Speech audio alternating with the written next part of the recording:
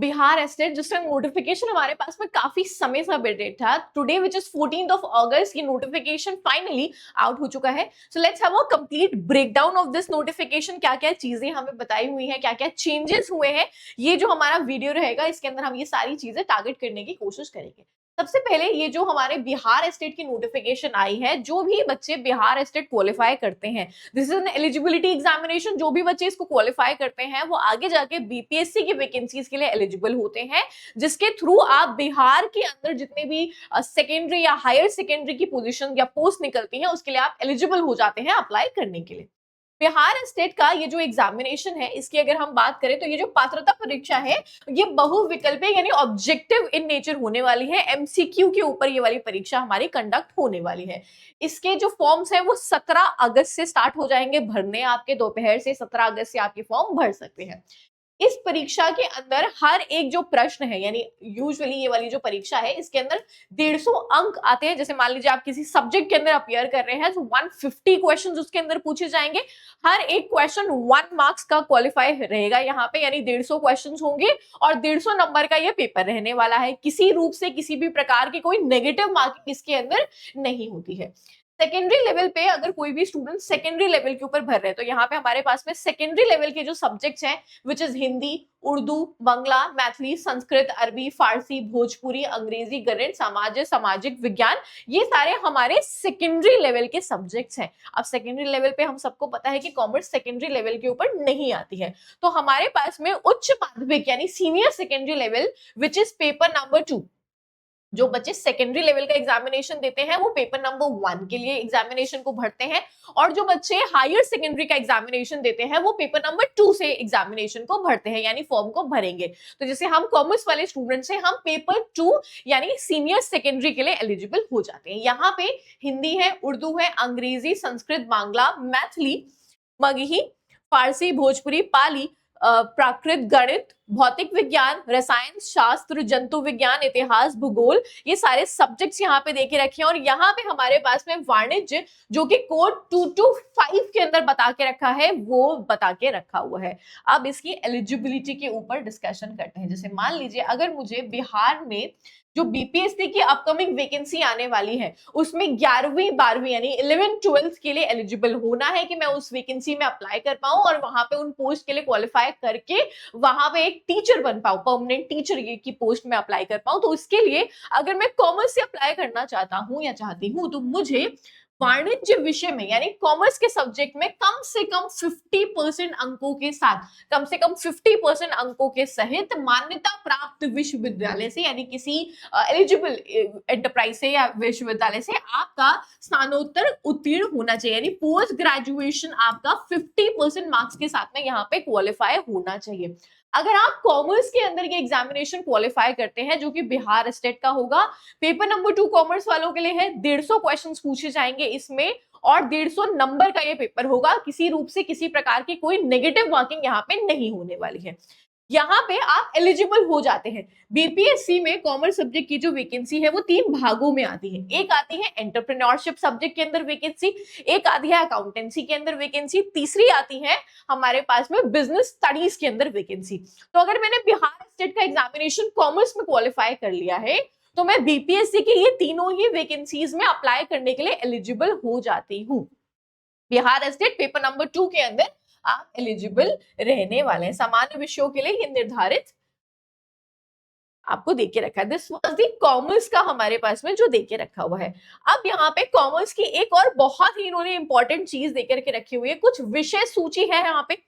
अब post graduation अगर हमने सिंपल एमकॉम करके रखा हुआ है, 50% मार्क्स है, तो मैं बिहार स्टेट के लिए एलिजिबल हो जाती हूँ। लेकिन यहाँ पे इन्होंने बताया है कि अगर मास्टर्स डिग्री कॉमर्स के अंदर है तो आप एलिजिबल होते हैं। हाउएवर जो भी बच्चे एमकॉम अप्लाइड इकोनॉमिक्स के अंदर या बिजनेस इकोनॉमिक्स के अंदर होल्ड करते हैं वो कॉमर्स की वैकेंसी के लिए एलिजिबल नहीं होंगे, shall not be eligible for commerce.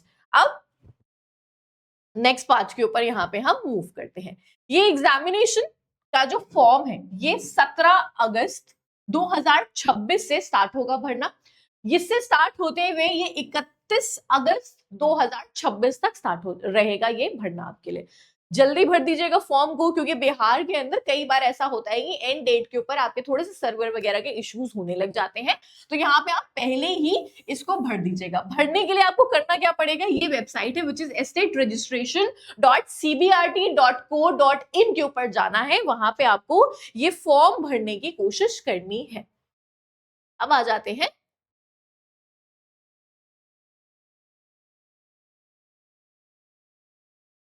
इसके ऊपर।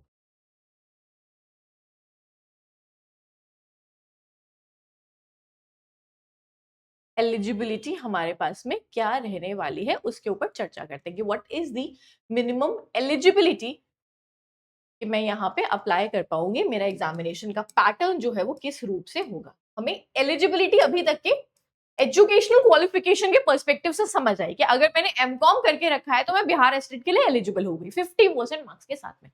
दूसरी चीज यहाँ पे अगर आप देखो तो ये जो क्वेश्चन पेपर है आपका, इसमें 150 क्वेश्चंस आएंगे, यानी अगर मैं आप कॉमर्स के लिए अपियर कर रहे हो तो आप पेपर 2 के लिए अपियर करोगे। पेपर 2 में 150 क्वेश्चंस आएंगे। इन 150 क्वेश्चंस में से कॉमर्स से 100 क्वेश्चंस होने वाले हैं और अन्य यानी जो टीचिंग और अदर स्किल्स होती हैं वो उसके 50 क्वेश्चंस आपके पास से पूछे जाएंगे। यानी कॉमर्स सब्जेक्ट में पेपर 2 में ये जो 150 क्वेश्चंस आएंगे इसमें से 100 कॉमर्स के होंगे, 50 अदर स्किल्स के होंगे।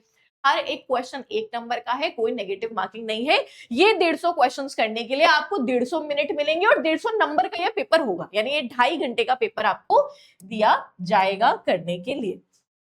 आई होप ये आपको समझ में आया होगा। दिस इज द एलिजिबिलिटी हमारे लिए। नेक्स्ट अगर हम यहाँ पे बात करें तो उम्र की सीमा आपके पास में कितनी है, यानी हमारे पास में एज लिमिट जो है वो क्या है, या आपके पास में किस तरीके से रिजर्वेशन जो है वो प्रोवाइड करके रखी हुई। अब अगर मैं आज अपियर करना चाहती हूँ कॉमर्स के अंदर, अगर मैं जनरल कैटेगरी मेल हूं तो मिनिमम एज लिमिट 21 ईयर्स है, मैक्सिमम एज लिमिट 37 ईयर्स हो जाएगी। जनरल कैटेगरी फीमेल है तो 40 ईयर्स की एज हो जाएगी। बीसी या ईबीसी कैटेगरी के जो लोग हैं, यानी पिछड़ा वर्ग और अति पिछड़ा वर्ग कैटेगरी जो है, उसके लिए भी 40 इयर्स की एज है, चाहे वो मेल हो चाहे वो फीमेल हो। इसके अलावा जो SC ST वाले कैंडिडेट्स हैं, इनके लिए 42 इयर्स ऑफ एज लिमिट के तौर पे मैक्सिमम एज लिमिट बता के रखी है। मिनिमम सभी के लिए 21 इयर्स ऑफ एज यहाँ पे होने वाली है। मेरे को अभी तक क्या समझ में आया कि अगर मुझे इस कॉमर्स की वैकेंसी के लिए अप्लाई करना है तो पहला जनरल कैटेगरी में मुझे 50% मार्क्स चाहिए। मैं रिजर्व कैटेगरी के मार्क्स अभी बताऊंगी। इसके लिए मैं एलिजिबल तब होंगी जब मैंने एमकॉम करके रखा होगा। प्योर एमकॉम यानी अप्लाइड इकोनॉमिक्स वाले या बिजनेस इकोनॉमिक्स वाले एलिजिबल नहीं होते हैं। दूसरी चीज 150 क्वेश्चन आने वाले हैं, 150 नंबर का पेपर होगा ये, और 150 मिनट मुझे इसके लिए प्रोवाइड किए जाएंगे। किसी रूप से कोई नेगेटिव मार्किंग यहाँ पे नहीं होगी। मिनिमम एज हमारे पास में 20 इयर्स है और मैक्सिमम एज हमने कैटेगरी वाइज अभी अभी देखने की कोशिश करी। इसके अलावा अगर मैं आगे मूव करूं इस नोटिफिकेशन के अंदर,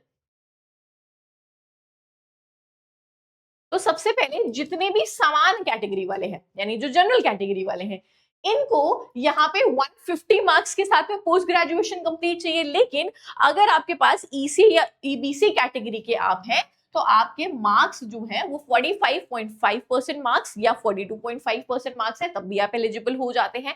इसके अलावा जो पीडब्ल्यूडी के कैंडिडेट्स हैं, दिव्यांग, वो 40% मार्क्स के साथ एलिजिबल हो जाते हैं, और जो महिला है वो 40% मार्क्स के साथ भी एलिजिबल हो जाते हैं इस पर्टिकुलर एग्जामिनेशन को अपियर करने के लिए। यानी इन जनरल तो 50% मार्क्स है, लेकिन यहाँ पे आपको दे के रखी हुई है कैटेगरीज।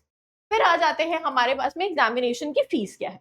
अगर हम सिर्फ पेपर 1 अपियर कर रहे हैं, यानी अगर हम सिर्फ सेकेंडरी लेवल के ऊपर अप्लाई करने की कोशिश करते हैं, वो जो सब्जेक्ट्स हमारे सेकेंडरी लेवल वाले थे उनको अगर आप अप्लाई करने की कोशिश करोगे तो 960 रुपीज जनरल कैटेगरी वाले स्टूडेंट्स के लिए प्रोवाइड करी जाती है, और जो अनुसूचित जातियां हैं उनके लिए जो फीस है दैट इज 760 रुपीज। इसके अलावा अगर आप मान लीजिए पेपर 1 या पेपर 2 दोनों के लिए अपियर करो, मतलब आप केवल एक पेपर के लिए अपियर करोगे तो 960 रुपीज नॉर्मल कैटेगरी वाले कैंडिडेट्स के लिए है। अनुसूचित वालों के लिए थोड़ा सा रिलैक्सेशन है, फीस में 760 रुपीज की है। इसके अलावा अगर हम पेपर 1 और पेपर 2 दोनों के लिए अपियर करते हैं, जैसे मान लीजिए कि मैं एलिजिबल होती हूँ सेकेंडरी के लिए भी और सीनियर सेकेंडरी के लिए भी, तो मैं दोनों में अगर अपियर करना चाहती हूँ तो मैं कर सकती हूँ अपियर।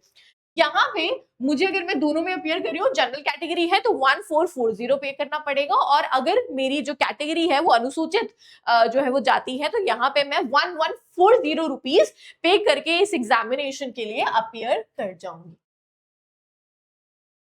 दिस इज हाउ आप इसको अप्लाई करेंगे।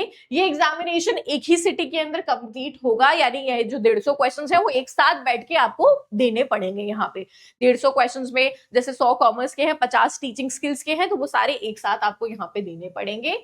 डेट्स अभी इन्होंने नहीं बताई है, यानी एग्जामिनेशन की डेट अभी नहीं बताई गई है, क्योंकि ये मल्टीपल शिफ्ट्स में एग्जामिनेशन कंडक्ट किया जाएगा। तो याद रखिएगा, नॉर्मलाइजेशन यहाँ पे टेक प्लेस करेगा, तो आप ज्यादा स्कोर लाने की यहाँ पे कोशिश करेंगे।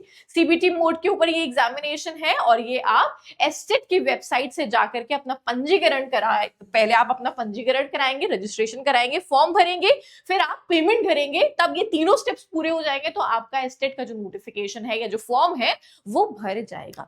इसके अलावा अगर आपको कोई और डाउट आ रहे हैं, चाहे वो एस्टेट से रिलेटेड है, सिलेबस से रिलेटेड है, कैसे प्रिपरेशन करनी है उससे रिलेटेड है कॉमर्स के अंदर, तो आप मुझे कमेंट सेक्शन के अंदर बता सकते हैं। इस एस्टेट कॉमर्स से रिलेटेड जो कंप्लीट बैच है वो मेरा एप्लीकेशन कॉमर्स ऐप बुशरा के ऊपर भी आ चुका है, तो आप अगर आप मेरे साथ प्रिपरेशन करना चाहते हैं तो उस बैच के थ्रू आप मेरे साथ भी प्रिपरेशन कर सकते हैं। सारी डिटेल डिस्क्रिप्शन बॉक्स के अंदर दे करके रखी हुई है। Will see you guys again in the next session. Again कोई और डाउट्स आ रहे हैं मन में तो मुझे कमेंट सेक्शन के अंदर जरूर ड्रॉप इन करिए, एंड डाउनलोड कर लीजिए application commerce by Bushra, available on the play store.